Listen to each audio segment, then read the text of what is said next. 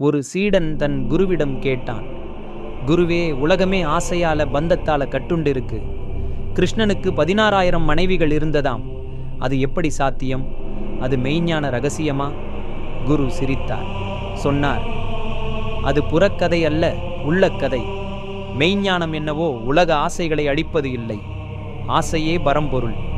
அந்த ஆசை 16,000 பாயும் நதிகளாக மனித உள்ளத்தில் ஓடுகின்றது. கிருஷ்ணன் அவற்றை தள்ளவில்லை. அவற்றையெல்லாம் தன் ஆனந்தத்தில் சங்கமிக்கச் செய்தான்.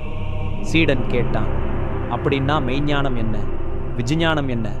குரு சொன்னார், மெய்ஞானம் ஆசைகளின் மூலமே பரம்பொருள் என்று உணர்வது.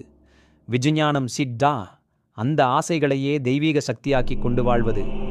அதுதான் கிருஷ்ணன் 16,000 மனைவிகளை மணந்தான் என்று சொல்வதின் ரகசியம். மனித ஆசை சக்திகள் எல்லாம் கிருஷ்ணனின் ஒளியில் ஒற்றுமையடைந்தன. ஆசை பரம்பொருளாகும் போது ஆனந்தம்தான் மிஞ்சும். சீடன் கண்கள் கலங்கின.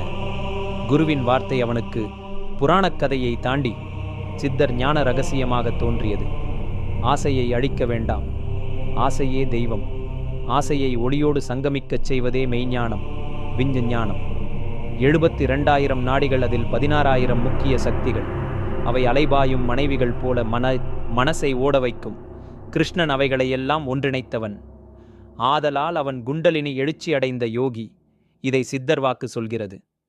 நாடி வழி ஓடும் ஆசையெல்லாம் ஒளியாய்ச் சேர்ந்திடும்போது மனிதன் பரம்பொருளோட கலந்து விடுவான். மெய்ஞானம், ட்ரூத் ரியலைசேஷன். சித்தர்கள் சொல்வது, உலகம் எல்லாம் ஒரு மாயை, ஆனால் அந்த மாயைக்குள்ளே பரம்பொருள் மறைந்திருக்கின்றது.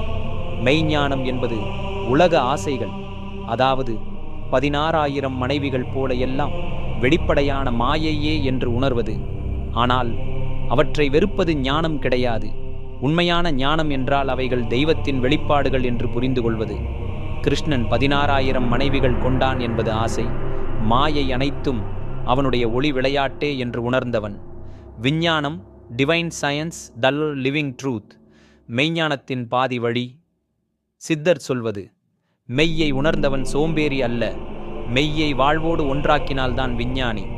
அதாவது ஆசை, சக்தி, சுகம் எல்லாம் பரம்பொருளோட சங்கமமாக்கி கொண்டு வாழ்வது விஞ்ஞானம்.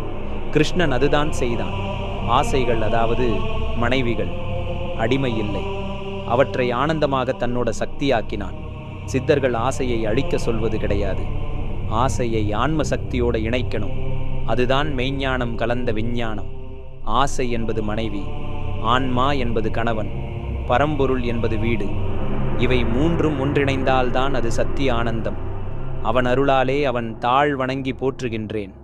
ஓம் நம சிவாய வாழ்க.